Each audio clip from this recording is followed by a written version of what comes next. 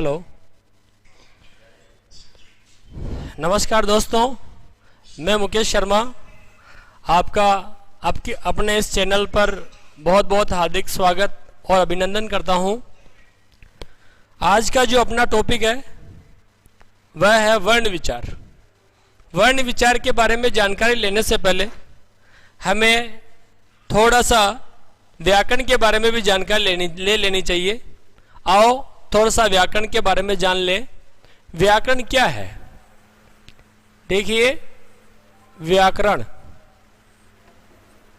पहले हम व्याकरण शब्द की व्युत्पत्ति के बारे में जानेंगे कि व्याकरण किस प्रकार से इस शब्द का निर्माण हुआ है। देखिए, वी प्लस आ प्लस क्री प्लस अन। वी उपसर्ग है, आ उपसर्ग है और क्री का मतलब होता है करना। जब संस्कृत में लिखते हैं तो क्री को कर में लिखा जाता है और कर में जब अन प्रत्यय जोड़ा जाएगा, संस्कृत में ये जो अन प्रत्यय होता है इसे लुट प्रत्यय कहा जाता है और लुट का अन शेष रहता है। कहने का अभिप्राय यह है कि जब क्री का कर हो जाएगा और कर में अन जुड़ेगा तब जो है शब्द बनेगा करण। ये जो न है, इस न का हण हो गया व्यंजन संधि के प्रभाव के कारण। तो हम देखते हैं ये वह है, इधर ई है और इसके बाद में आ है। नियम यह है कि ई के बाद में आ भिन्न स्वर होता है तो इस ई का ये बन जाता है। तो हम देखते हैं कि वह ई का हो गया ये और ये में जब ये आ मिला तो बन गया या, और ये करण शब्द जब जुड़ा तब व्याकरण शब्द का निर्माण हो गया। क्या है व्याकरण? थोड़ा सा इस व्याकरण शब्द के ऊपर हम विस्तृत चर्चा करेंगे कि व्याकरण क्या है। तो व्याकरण एक शास्त्र है। व्याकरण एक शास्त्र का नाम है, ऐसा शास्त्र जो हमें भाषा की शुद्धता का ज्ञान करवाता है। वह शास्त्र जो हमें शुद्ध बोलना, वह शास्त्र जो हमें शुद्ध बोलना, शुद्ध लिखना और शुद्ध पढ़ना सिखाता है। शुद्ध लिखना और शुद्ध पढ़ना सिखाता है, ऐसा शास्त्र व्याकरण शास्त्र कहलाता है। अर्थात जो हमें विश्लेषण करना सिखाए, जो हमें विश्लेषण करना सिखाए वह शास्त्र व्याकरण शास्त्र कहलाता है। तो हम देखते हैं कि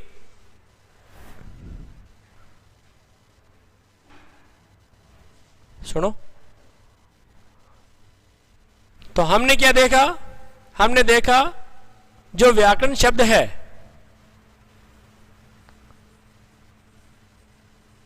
इस व्याकरण शब्द की उत्पत्ति वी प्लस आ प्लस क्री प्लस अन, इस प्रकार से इसका निर्माण हुआ है। हमने देखा कि वह का ई हो, वह है, वह में से ई निकाल दिया, इधर आ है और इधर क्री है और इधर अन है। इस क्री का कर हुआ और इधर अन है।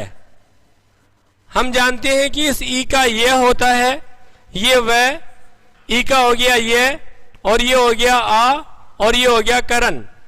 तो वह और ये, वह ये और इस ये में जब आ मिला है तो या क, और रे में जब ए मिला तो रे और न का हण हो गया। इस प्रकार से व्याकरण शब्द का निर्माण हुआ। देखते हैं कि किस प्रकार से व्याकरण का कार्य क्या है। वह शास्त्र जो हमें भाषा की शुद्धता का ज्ञान करवाए।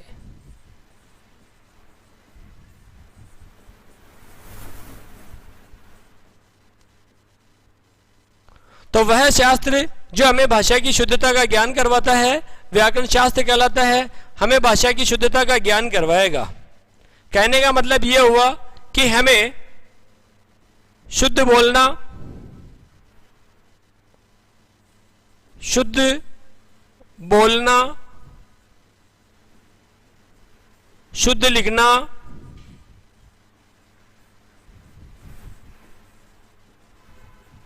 तथा शुद्ध पढ़ना सिखाता है।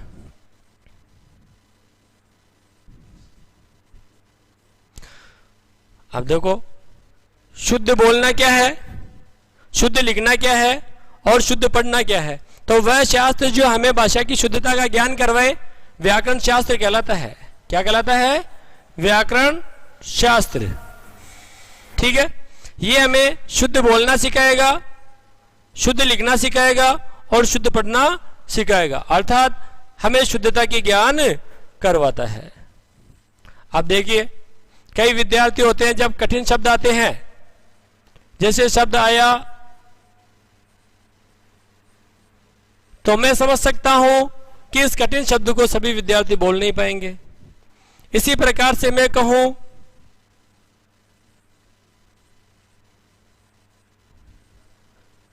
जैसे ये भी कठिन शब्द है, विद्यार्थी ऐसे शब्दों को बोल नहीं पाते हैं।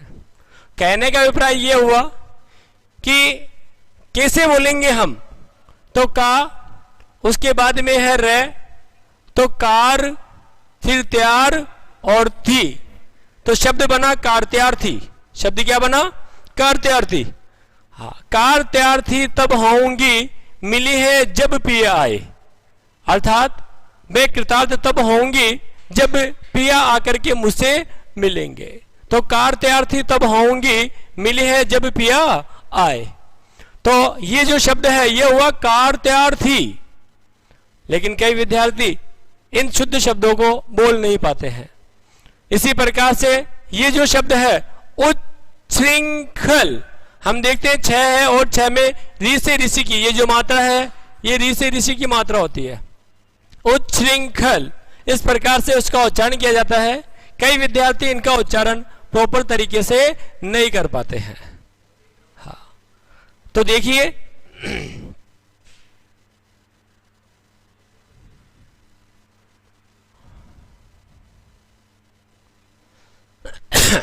तो उच्छृंखल हुआ,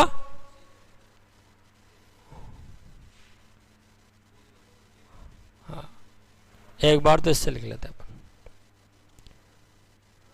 तो शुद्ध बोलना, शुद्ध लिखना और शुद्ध पढ़ना सिखाए, वही जो है व्याकरण कहलाता है। हमने देखा कि हमें शुद्ध बोलना सिखाया गया है। इसी प्रकार से बात करते हैं हम मिष्ठान्न,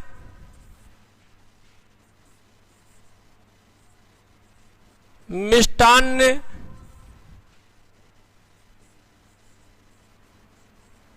मिष्टान और मिष्ठान। चलो मैं देखता हूं, एक बार देखें कि आप इसका सही जवाब दे पाते हैं या नहीं दे पाते हैं। आप लोग ही बताइए कि कौन सा शब्द सर्वाधिक शुद्ध चल रहा है, पहला, दूसरा, तीसरा या चौथा?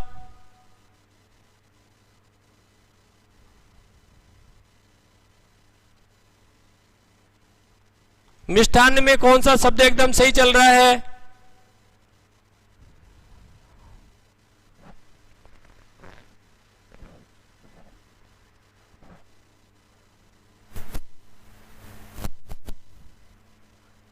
तो देखो,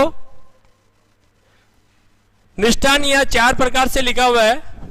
हम प्राय है जब बाजारों में जाते हैं तो वहां जो मिष्ठान शब्द लिखा हुआ मिलता है वह यह होता है।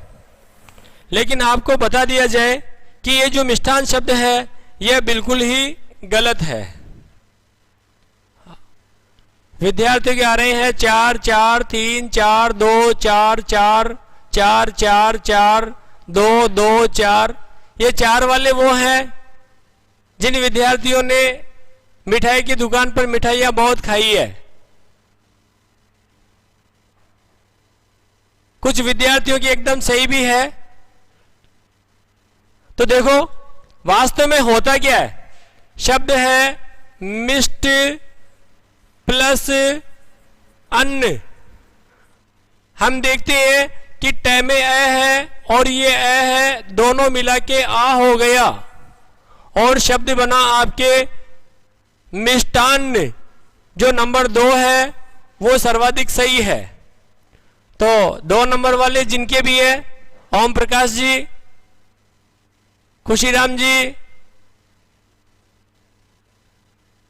मोना कुमावत, मोना कुमावत का नहीं है, हाँ मोना कुमावत सही है। खुशीराम जी ने तो 2 की झड़ी लगा दी है। Meghraj Jat 2, very good. तो हमने देखा कि मिष्ट प्लस अन्न मिलकर के मिष्टान्न शब्द बना है। ये जो मिष्ट है, इस मिष्ट से ही शब्द बना है मीठा। मीठा जो अन्न है वो ही मिष्टान्न कहलाता है। लेकिन प्राय है दुकानों में जो शब्द लिखा मिलता है मिष्ठान, वो एकदम ही गलत पाया जाता है। ओके, चलो अब आगे की तरफ देखते हैं। हम व्याकरण से थोड़े आगे की ओर चलते हैं।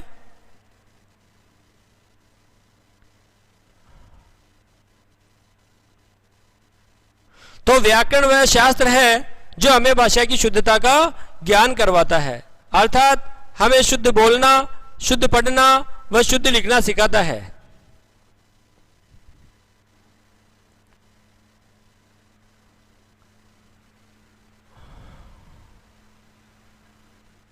देखो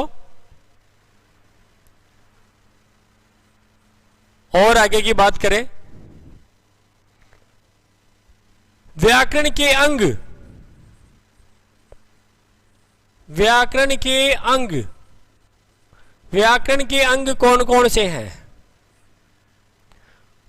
तो देखो व्याकरण के जो अंग हैं वो 4 प्रकार के होते हैं।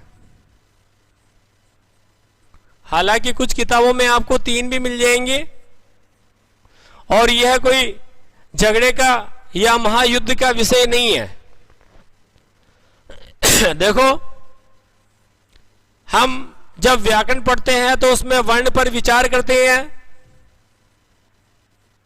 इसी प्रकार से शब्द पर भी विचार किया जाता है, और जब शब्द को वाक्य में लिख दिया जाए तो वह पद कहलाता है, और पद पर भी विचार किया जाता है, पद का परिचय दिया जाता है। और इसी प्रकार से जो नंबर 4 है वह है वाक्य विचार। वर्ण विचार, शब्द विचार, पद विचार और वाक्य विचार। कई किताबों में आपको 3 भी मिलेगा, घबराने की बात नहीं है, क्योंकि अपने देश में इतनी किताबें हैं जिनमें कईयों में 4 है, कईयों में 3 है। जब ऐसी स्थिति होती है तो ऐसे सवालों को डिलीट कर दिया जाता है। अब देखो बात करेंगे हम सबसे पहले वर्ण विचार की।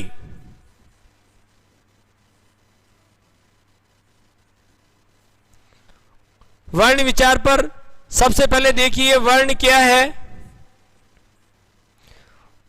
तो वह छोटी से छोटी ध्वनि जिसके और टुकड़े नहीं किए जा सकते, वह छोटी से छोटी ध्वनि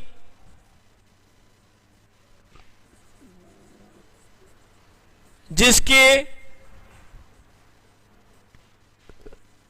और टुकड़े नहीं किए जा सकते।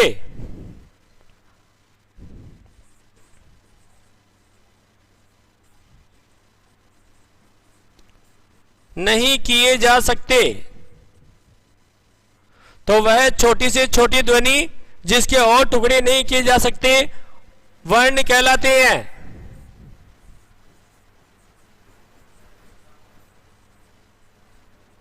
तो ऐसी छोटी से छोटी ध्वनि जिसके और टुकड़े नहीं किए जा सके वो कहलाएंगे वर्ण। अब देखो बात करते हैं वर्ण की। बड़ा हैरान हूं देखकर रामेश्वरम कोचिंग का जिगर एक तो इसका ऑफलाइन क्लासेस और उस पर अब तो ऑनलाइन का कहर। धन्यवाद हरिराम जी डुकिया, बहुत बहुत तहे दिल से। तो वह छोटी से छोटी ध्वनि जिसके और टुकड़े नहीं किए जा सकते वर्ण कहलाते हैं।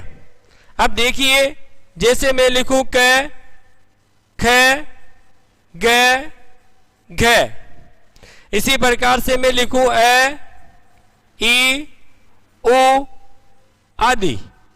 तो हम देखते हैं कि ये जो क, ख, ग, घ या ए, ई, उ आदि है, ये सब वर्ण है। कई विद्यार्थियों के दिमाग में ये आता होगा कि सर आ, बड़ी, बड़ाऊ ये भी वर्ण है, लेकिन ध्यान रहे वर्ण छोटे भी हो सकते हैं और बड़े भी हो सकते हैं। दोनों स्थितियां यहां की होती है। तो हमने देखा कि वह छोटी से छोटी ध्वनि जिसके और टुकड़े नहीं किए जा सकते, जैसे अब इस क का टुकड़ा नहीं हो सकता, ख का टुकड़ा नहीं हो सकता, ग का नहीं हो सकता और घ का नहीं हो सकता। अब यहां मुख्य रूप से देखने वाली बात यह है कि देखो मैंने इस क के नीचे एक रेखा लगाई है, तिरछी रेखा। क के नीचे मैंने एक तिरछी रेखा लगाई है, सभी को दिखाई दे रही होगी।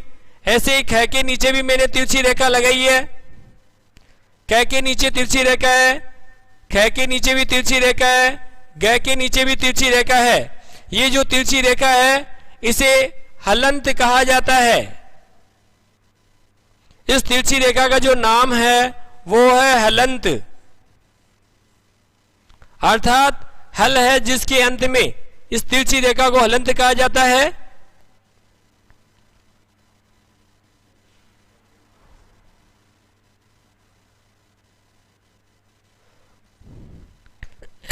अब देखो बात चल रही है, ये हलंत क्या है? जब हम स्वर निकाल देते हैं तो जो व्यंजन बचता है वो हलंत युक्त कहलाता है। कहने का अभिप्राय यह है कि जैसे ये क है, अभी यह हलंत युक्त है, अर्थात ये जो क है वह स्वर रहित है। और यदि मुझे इस क में ए मिलाना है तब ये स्वर युक्त होगा। अभी यह क पूर्ण है क्योंकि इसमें ए स्वर मिला हुआ है। तो यदि स्वर मिला हुआ है तो वह पूर्ण है, यह हलंत युक्त वर्ण है, इसका और टुकड़ा संभव नहीं है। तो वह छोटी से छोटी ध्वनि जिसके और टुकड़े नहीं हो सकते वे वर्ण कहलाते हैं। जब बात की जाए वर्णों की तो वर्ण छोटे भी हो सकते हैं, बड़े भी हो सकते हैं। अब बात करते हैं हम वर्णों के प्रकार की, कि वर्ण के प्रकार कौन कौन से हैं। वर्ण मुख्यतः दो प्रकार के होते हैं। आप देखो विद्यार्थी यहां जाके भ्रमित हो जाते हैं। कई बड़े बड़े राइटर्स की किताबों में इनके प्रकार 3 तक दिए हुए हैं। घबराने की बिल्कुल भी आवश्यकता नहीं है। परंपरा 2 चल रही है, नवीन परिवर्तन 3 भी है। और जब ऐसी स्थितियां आती है तो ये सवाल डिलीट हो जाया करते हैं। तो देखो बात करते हैं वर्णों के प्रकार की। वर्ण 2 प्रकार के हैं। नंबर 1 जो है वह है स्वर, और जो नंबर 2 है वह है व्यंजन। स्वर और व्यंजन। तो वर्ण मुख्य रूप से 2 प्रकार के हैं। कई व्यक्ति अयोगवाह को भी एक प्रकार से अलग वर्णों का स्थान दे रहे हैं, लेकिन हमारी परंपराएं कुछ और है। होता क्या है कि जो 2 लिख के आते हैं वो फिर रिट लगाने पहुंचेंगे और 3 वाले भी रिट लगाने पहुंचेंगे। ऐसी स्थिति में सवाल डिलीट हो जाएगा, इसलिए इन बातों पर ज्यादा ध्यान नहीं दिया जाना चाहिए। चलो अब आगे की ओर चलते हैं।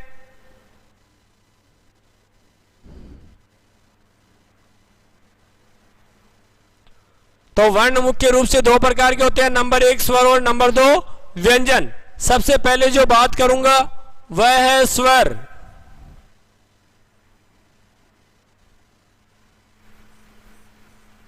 स्वर देखो संस्कृत के महाविदों ने कहा है स्वयं राजन्ते इति स्वरा, जो अपने आप में सुशोभित है, स्वयं राजन्ते इति स्वरा, जो अपने आप में सुशोभित है वे स्वर है। और व्यंजनम अन्वगम इति, ये व्यंजनों के पीछे लगते हैं। तो देखो वे वर्ण या कहूं कि ध्वनियां, ध्वनियों का लिखित रूप ही वर्ण है। तो वे वर्ण या ध्वनियां जो स्वतंत्र रूप से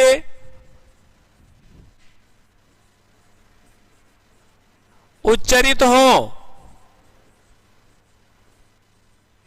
वे वर्ण या ध्वनियां जो स्वतंत्र रूप से उच्चरित हो स्वर कहलाते हैं। तो ये ऐसी ध्वनियां हैं जो बिना किसी बाधा के बोली जाती है, स्वतंत्र रूप से उच्चरित, या कहें निर्बाध रूप से उच्चरित, कुछ भी कह लीजिए बात एक ही है, निर्बाध रूप से उच्चरित। तो जो स्वतंत्र रूप से उच्चरित है, स्वतंत्र रूप से बोली जा रही है, या बिना किसी बाधा के मुख विवर से, मुख रूपी गुफा से बोली जा रही हैं, वे स्वर कहलाते हैं। बात करते हैं स्वरों की संख्या की। स्वरों की संख्या यह भी एक बहुत बड़ा हिंदी का विवादित मैटर है कि क्या माने और क्या नहीं माने। स्वरों की संख्या को लेकर प्राय काफी मतभेद है, लेकिन डरे नहीं, घबराए नहीं। जब तक कोई नवीन संशोधन मानक पुस्तकों में नहीं आ जाते, जब तक एनसीईआरटी के माध्यम से कुछ नया नहीं आ जाता, तब तक सब कुछ जायज है। तो स्वरों की संख्या 11 होती है। आपसे भी यदि कोई पूछ ले कि स्वरों की संख्या कितनी है, तो आपको जवाब 11 का ही देना है भाई। हालांकि 10 कई किताबों में मिलता है, माध्यमिक शिक्षा बोर्ड की पुस्तक में भी 10 दिया हुआ है, लेकिन घबराने वाली बात नहीं है।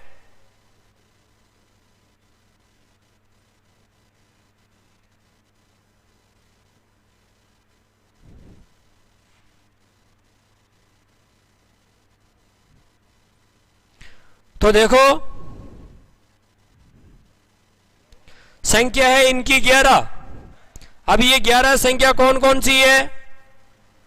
वे वर्ण या ध्वनियां जो बिना किसी बाधा के स्वतंत्र रूप से उच्चरित हो स्वर कहलाते हैं। संख्या इनकी 11 है। जो 11 संख्या वो है ए, आ, ई, उ, ओ और री। यही है सबसे बड़ा विवाद का घर। ए, आई, ओ और औ। देखो इस पर सभी के अपने अपने मत है, लेकिन बिल्कुल भी घबराए नहीं, डरे नहीं। बात यह है कि मोना जी ए, आ, ई, उ, ए, आई, ओ, औ और डॉक्टर साहब वाला ओ भी लिख रहे हैं। बिल्कुल आप वाली बात भी जायज है, मैं इसकी भी चर्चा करूंगा। लेकिन फिलहाल कक्षा 1 की विद्यार्थी को आनंद बाल पोथी में इसे नहीं पढ़ाया जाता है। ज्यादा पढ़ेगा बच्चे का दिमाग खराब हो जाएगा। आप कंपटीशन के हिसाब से कह रहे हैं, काफी हद तक सही है। देखो बात यह है कि जब तक इस वर्ण को स्वर संधि में पढ़ाया जाएगा, जब तक स्वर संधि में यह वर्ण मौजूद है, तब तक हम इसे किसी भी प्रकार से नकार नहीं सकते हैं। तो कहने का मतलब यह है कि ए, आ, ई, उ और री, ए, आई, ओ, औ कुल मिला के 11 जो स्वर हैं वो ये ही है। और जब ऐसा कोई आ भी जाएगा तो घबराने की जरूरत नहीं। हालांकि कई विद्वान कहते हैं कि ये जो है वो तत्सम शब्दों में काम में आता है, लेकिन क्या उन तत्सम शब्दों को हिंदी से निकाल दिया गया है? इसलिए बिल्कुल भी डरे नहीं, घबराए नहीं। आपके एग्जाम में आ जाए संख्या आपको 11 ही माननी है, और जब तक स्वर संधि में इस री को पढ़ाया जाता है, जैसे पितृ प्लस ऋण पितृण, हालांकि संस्कृत में पितृण इस प्रकार से होता है भाई, है ना, ये भी है और ये भी सही है, लेकिन हिंदी में वर्तमान में क्योंकि बड़ा री संचालित नहीं है, इसलिए इसे ही सही मान लिया जाता है। तो री और री मिलकर के वैसे दीर्घ री होता है, ये छोटा री। जब एक और लगा देते तो बड़ा री हो जाता है, और हमारे हिंदी में बड़े री का प्रावधान नहीं है, लेकिन स्वर संधि में यह चलता है। और देखिए, मैं कहूं पितृ प्लस आदेश, पितृ प्लस आदेश, आप देखेंगे कि ये री है और री के आगे आ स्वर है। यदि री के आगे आ स्वर हो तो री का संधि के नियमानुसार, जब बात करें संधि के नियमों की, तो पित्रादेश री का र हो जाता है।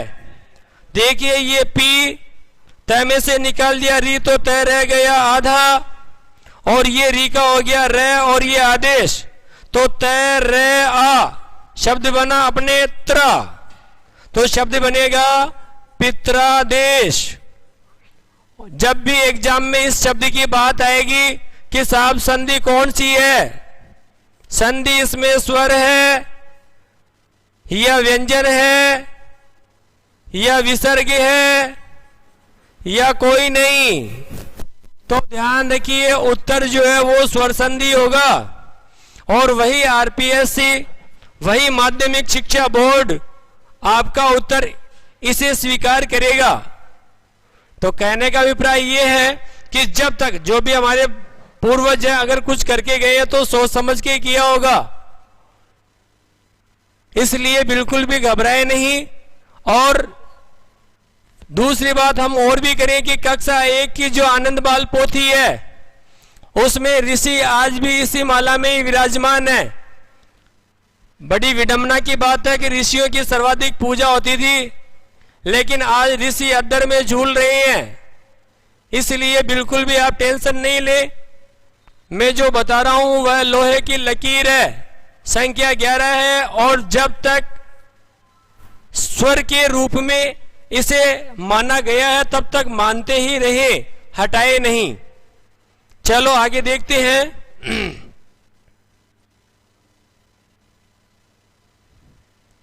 तो ये बात हुई स्वरों की संख्या की 11। आप देखो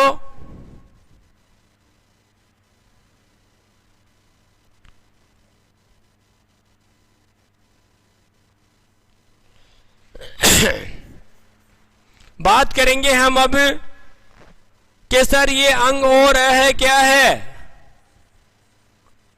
मैं इस डॉक्टर वाले ओ की बात भी करूंगा, लेकिन बाद में डॉक्टर साहब का ओ भूले नहीं है, जब आगत स्वर पढ़ाऊंगा तब इसकी बात की जाएगी। अंग और अह, तो देखिए अंग और अह को अयोग वाह कहा जाता है। अयोग वाह, अ में किसी वर्ण का योग हो जाना। अब देखिए ये अ है और अ में कभी इसका योग हो रहा है, कभी इसका योग हो रहा है, कभी इसका और कभी इसका। अ में इन सब वर्णों का योग हो रहा है, तब जाके एक नया वर्ण निकल के सामने आ रहा है, वो है अंग। तो हम देखते हैं कि अ में किसी वर्ण का योग हो जाना अयोग वह कहलाता है। देखो कैसे हमने देखा है कि गंगा ऐसी होती है, लेकिन हम ऐसा भी देखते हैं कि ग अंग ग आ ऐसे भी लिखा जाता है। इसका मतलब ये है कि इस ए में पंचम वर्ण का योग हो गया और उसे अनुस्वार के रूप में लिखा जा रहा है। ये देखिए, ये ग, ये अंग, ये गा, तो ये ही आगे जाकर के अनुस्वार के रूप में विराजमान हुआ है। ग में ए मौजूद है।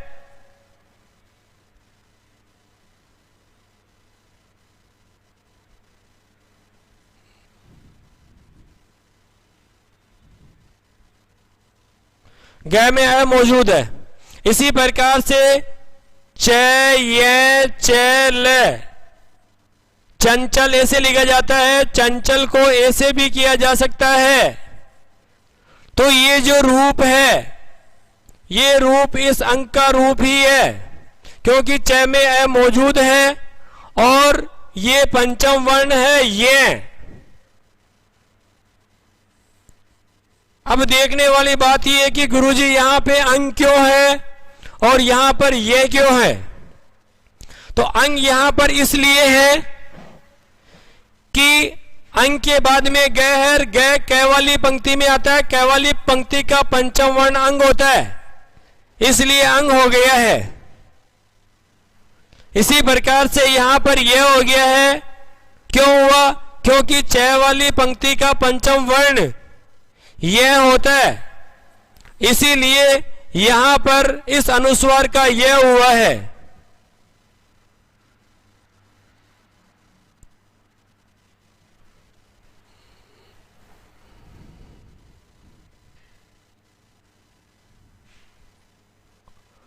चलो और देखिए, मैं कहूं कि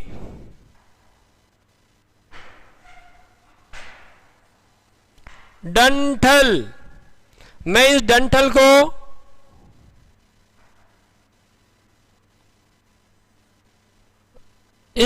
को ऐसे भी लिख सकता हूं और इसी डंठल को, क्योंकि ठ वाली पंक्ति का पांचवा, ट वाली पंक्ति में आता है। ट वाली पंक्ति का पांचवा वर्ण ण है, इसीलिए डंठल। और इसी डंठल को इस प्रकार से भी लिखा जा सकता है। इसी प्रकार से देखो, नंदन, नंदन, नंदन का मतलब होता है बेटा। इस नंदन को ऐसे भी लिखा जा सकता है। ए में किसी पंचम वर्ण का योग हो जाना अयोग वह कहलाता है। चलो ऐसे ही मैं का देखो, मैं कह सकता हूं कि संभव, और इस संभव को ऐसे भी लिखा जा सकता है। तो ए में किसी पंचम वर्ण का योग होना, हम देख रहे हैं कि ए में किसी पंचम वर्ण का योग चल रहा है, वही क्या कहलाता है? अयोग वह। देखिए पंचम वर्ण, इसी प्रकार से पंचम वर्ण, इसी प्रकार से पंचम वर्ण। तो ए में किसी पंचम वर्ण का योग हो जाना ही अयोग वह कहलाता है। चलो और आगे की यात्रा करते हैं।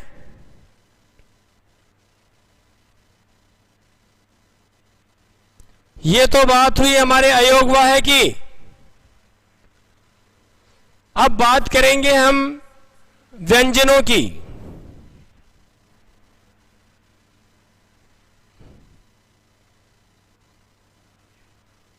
व्यंजन देखो, वी प्लस अंजन, वी प्लस अंजन, और इस अंजन का मतलब होता है भाई काजल। जो स्वर रूपी काजल से सुशोभित है वो तो है व्यंजन। मैं कहूं कि स्वर रूपी काजल से सुशोभित, सुशोभित, तो जो स्वर रूपी काजल से सुशोभित है वह व्यंजन कहलाता है। वी प्लस अंजन बराबर व्यंजन। देखिए देखने वाली बात क्या है वे वर्ण या ध्वनियां, वे वर्ण या ध्वनियां जिन्हें स्वरों की सहायता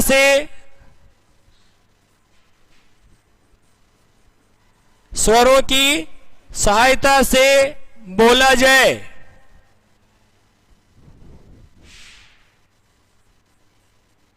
वे वर्ण या ध्वनियां जिन्हें स्वरों की सहायता से बोला जाए व्यंजन कहलाते हैं। देखो, स्वयं राजन्ते इति स्वरा और अन्वगम व्यंजनम इति, व्यंजन इसका अनुगमन करते हैं। जो अपने आप में सुशोभित है वे स्वर है, और जो स्वर रूपी काजल से सुशोभित हैं वे व्यंजन कहलाते हैं भाई। तो वे वर्ण या ध्वनियां जिन्हें स्वरों की सहायता से बोला जाए, देखो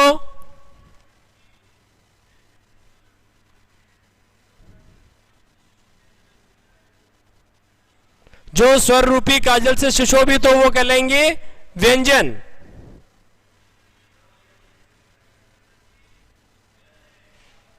अब देखो स्वरों की सहायता से कैसे बोले जाते हैं। मुझे बोलना है कै, और कै में मैंने मिला दिया ए, तब जाके बोला जाएगा कै। मुझे बोलना है का, तो का आ, का आ। कहने का मतलब ये है कि मुझे का बोलना पड़ा तो कै में मुझे आ को मिलाना पड़ा। इसका मतलब व्यंजन को बोलने के लिए स्वर का सहयोग तो लेना ही पड़ेगा। इसी प्रकार से मैं कहूं मुझे बोलना है की, तो मुझे कै में ई को मिलाना ही पड़ेगा। मुझे बोलना है कू, तो कू में मुझे ऊ को मिलाना ही पड़ेगा। इसका मतलब व्यंजन अकेला नहीं बोला जाता है। व्यंजन कभी अकेला नहीं बोला जाता है। व्यंजन को बोलने के लिए हमें स्वरों का सहयोग लेना ही पड़ेगा। जैसे खाना खाने के लिए सब्जी, चटनी, छाछ आदि का सहयोग लेते हैं, उसी प्रकार से व्यंजन का उच्चारण करने के लिए हमें स्वरों का प्रयोग करना ही पड़ेगा। तो ये बात हुई हमारी व्यंजन की। हाँ, कुछ विद्यार्थी कह रहे हैं गायन शैली का प्रयोग अभी तक नहीं हुआ है, जब आवश्यकता होगी तब जरूर होगा। चलो, तो ये बात हुई हमारी व्यंजन की।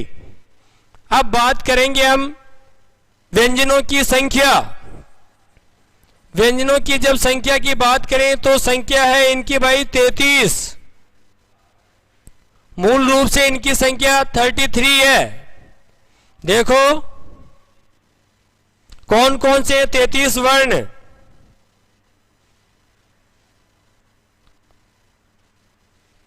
तो संख्या है इनकी 33।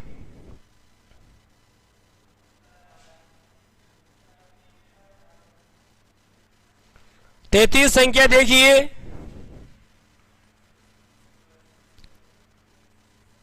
कचर तप,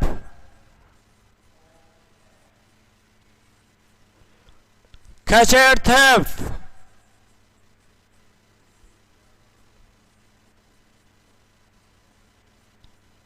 गजर दप,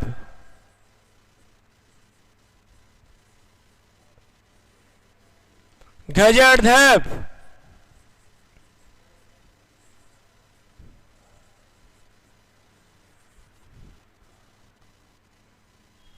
अंगियनम,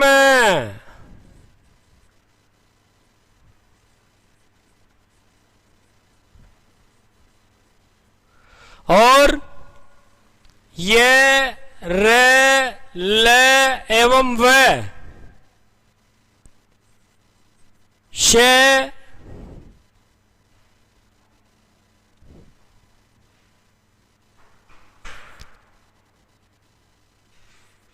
श, स और है। तो देखिए ये टोटल मिलाकर के 35 वर्ण है। ये जो 25 वर्ण है इन्हें कहा जाता है स्पर्श। ये जो वर्ण है इन्हें कहा जाता है अंतस्थ। इसी प्रकार से इन्हें कहा जाता है ऊष्म।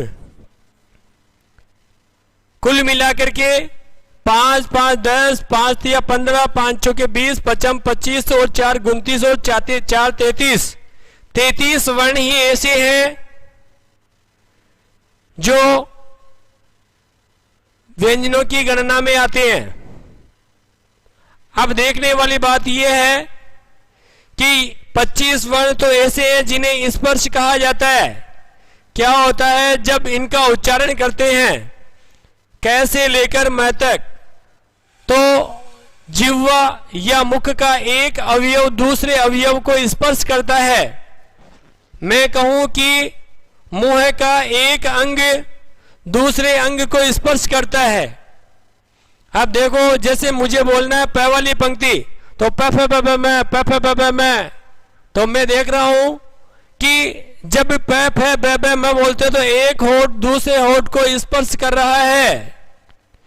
ठीक इसी प्रकार से जब बोलते हैं त वाली पंक्ति तथन, तो मैं देखता हूं कि जिह्वा बार बार दांतों पर झटके खा रही है। तो इसका मतलब कुछ वर्ण दंते हैं, कुछ वर्ण ओष्ठे हैं, कुछ वर्ण मूर्धन्य भी है। जिह्वा बार बार मुंह पर स्पर्श करेगी टा ठा डा ढ, इस प्रकार से। तो ये हो गए आपके मूर्धन्य। इसी प्रकार से तालव्य वर्ण च छ ज झ, ये मुंह में जहां पर एक घंटी लटकी हुई है जिसे कहते हैं काकल्य। तो काकल्य कहने का अभिप्राय यह है कि मुंह में जो अंदर एक कागला बैठा हुआ है, काकल्य या स्वर यंत्र कहा जाता है उसे, तो वह जो है उस जगह पर जो भाग है वह बड़ा ही कोमल है। उस काकल्य से पहले वाला भाग अत्यंत कोमल है और वह कोमल भाग जो है उस भाग से च छ ज झ आदि उच्चारित किए जाते हैं। और क वाली पंक्ति कंठ से बोली जाएगी। तो कहने का मतलब यह हुआ कि मुंह का एक भाग दूसरे भाग को स्पर्श करता है। ये देखिए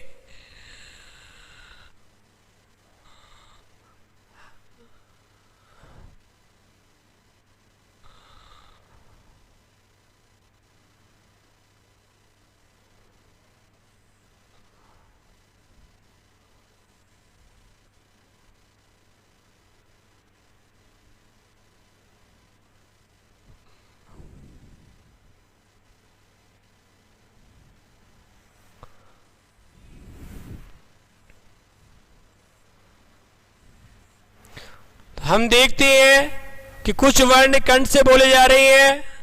ये घंटी लटकी हुई है, ये दांत है, तो ये कंठ वर्ण है। यहां पर जो वर्ण है वो तालव्य। इसी प्रकार से यहां वाले जो है वो मूर्धन्य, फिर दंते और फिर ओष्ठे। तो मुंह का एक भाग दूसरे भाग को स्पर्श कर रहा है। मैं कहूं कि इसी प्रकार से च वर्ग, इसी प्रकार से ट वर्ग, त वर्ग और प वर्ग। तो मुंह का एक भाग दूसरे भाग को स्पर्श करता है, इसीलिए ये स्पर्श व्यंजन कहलाते हैं। और देखो अंतस्थ व्यंजन, ऐसा लग रहा है अंदर बैठे हुए हैं।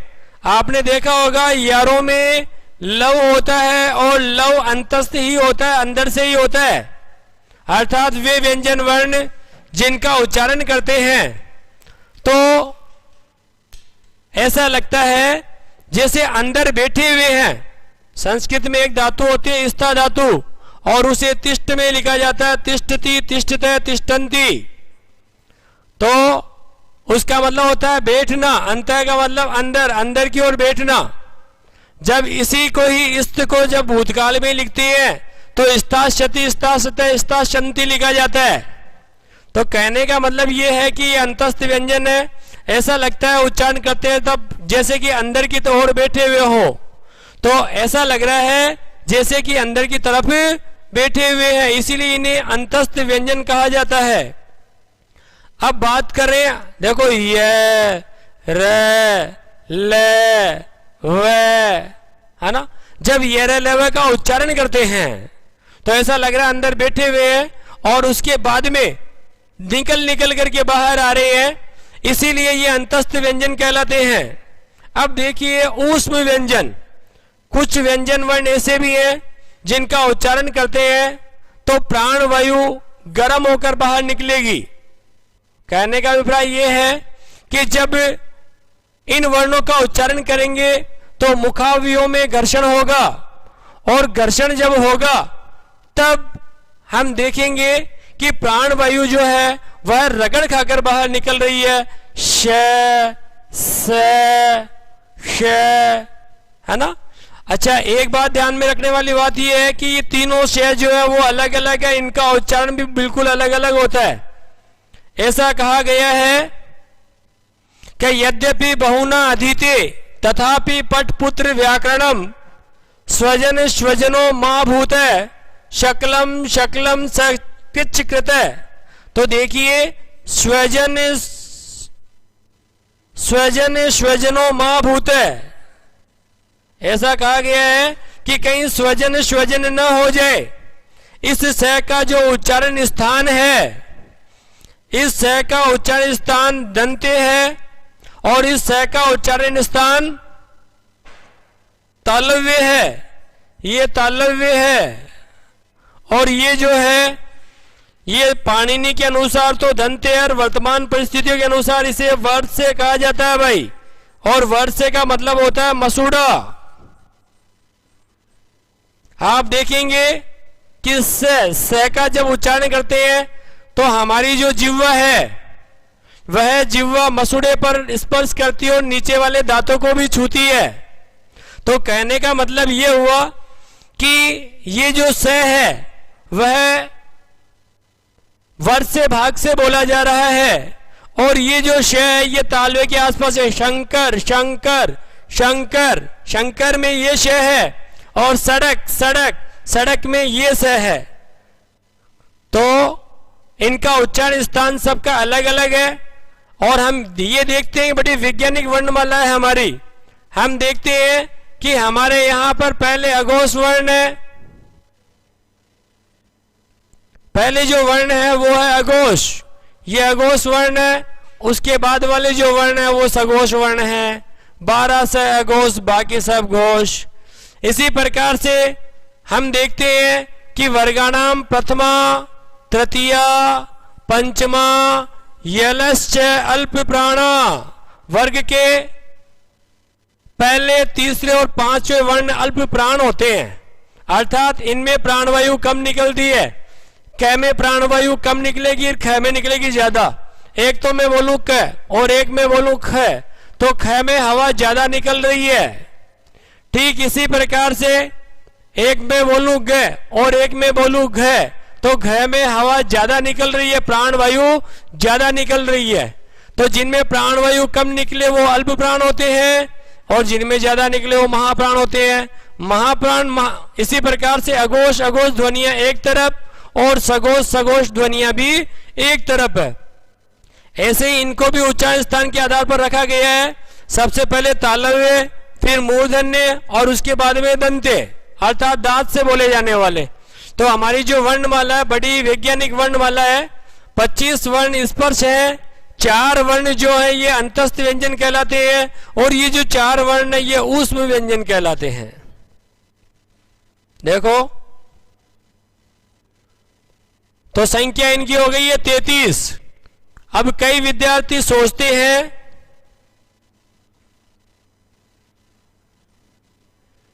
कि गुरुजी वर्ण तो अभी और भी बच गए हैं, वर्णमाला की बात करें हम।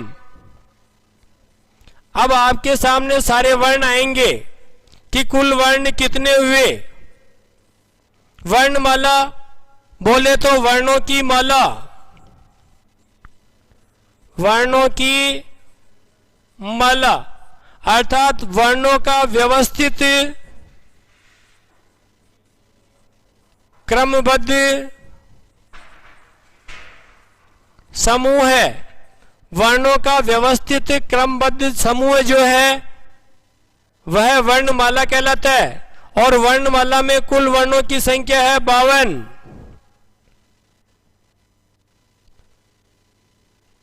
राज चौधरी पूछ रहे हैं कि क्यों? बिल्कुल जवाब मिलेगा। अब देखो इनकी संख्या है 52। अब 52 कैसे? चलो इनके बारे में भी हम देख लेते हैं।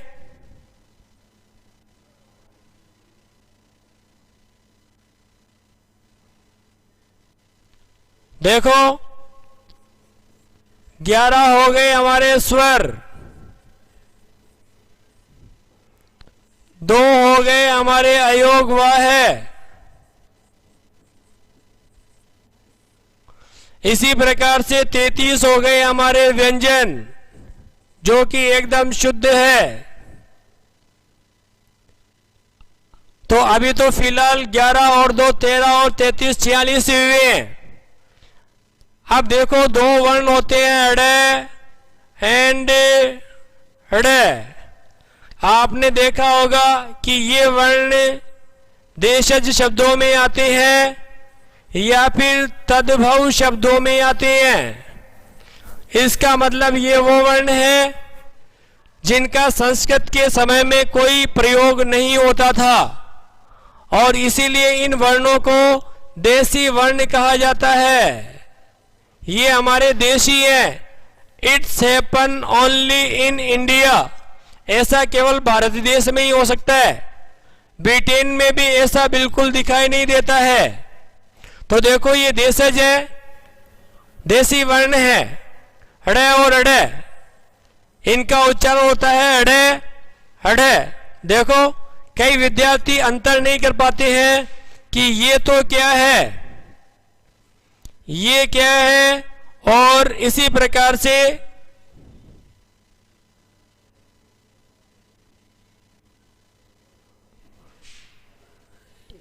कई विद्यार्थी इस बात का अंतर नहीं कर पाते हैं भाई कि ये तो क्या है, ये क्या है और ये क्या है। तीनों बिल्कुल पृथक पृथक है।